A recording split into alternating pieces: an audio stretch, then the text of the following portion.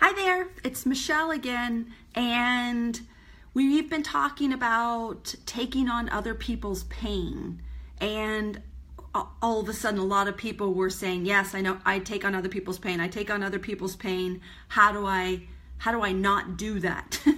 So I thought I would hop on and talk about that a little bit.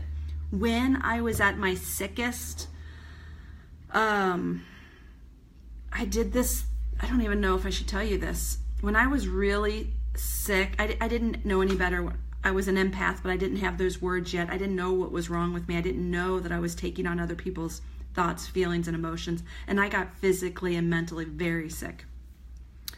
And I isolated myself because that was the only way I knew how to cope.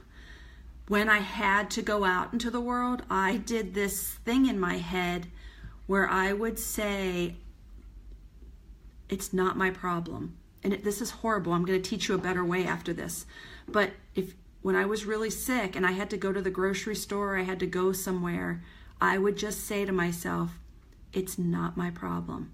And every time I looked at somebody, I would say in my head, it's not my problem. Anytime someone talked to me, I would say, it's not my problem. It's not my problem, while they were talking to me. And I know that sounds crazy, but it actually started to work. Like, I had created this mental framework that kept me separate from the other person because I had such a bad habit of taking in all their stuff. So that was the first thing I did.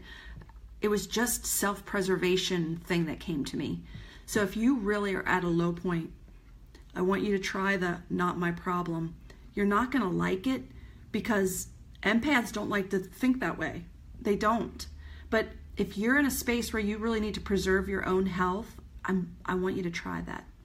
And then I'm better now. And here's a better way to do it. And I still do it to this day.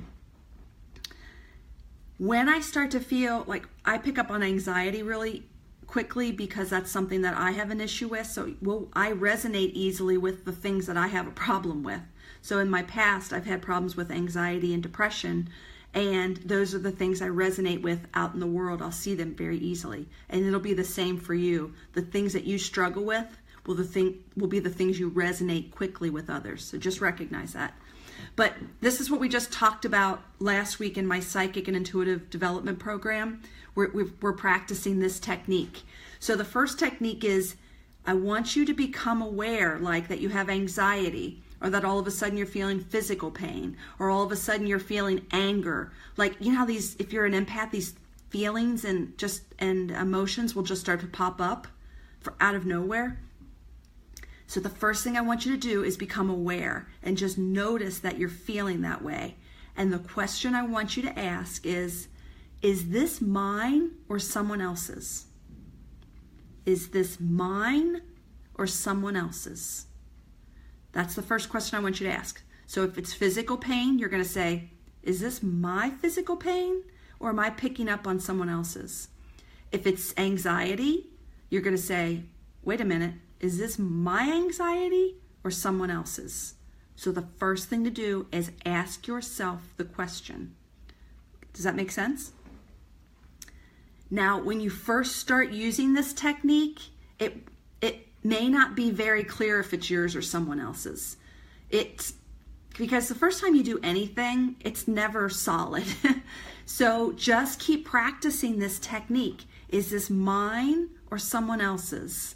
The second piece to that is, if it's yours, then there's a couple things, but you need to heal it. You need to release it for you. Start to release it. If it's someone else's, give it back to them lovingly. They have their own journey with their thoughts, feelings, and emotions, and it's honestly not fair to take other people's thoughts, feelings, and emotions away from them. They have their journey with their stuff. They have lessons to learn and their life to live.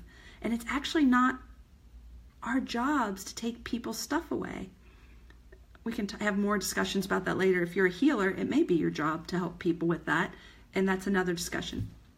But, so the big thing I want you to do today, if this is your issue, if you're feeling things and you can't tell if they're yours or someone else's, you're going to stop. You're going to I close my eyes because that's how I get into my stuff. And I say, is this mine or someone else's?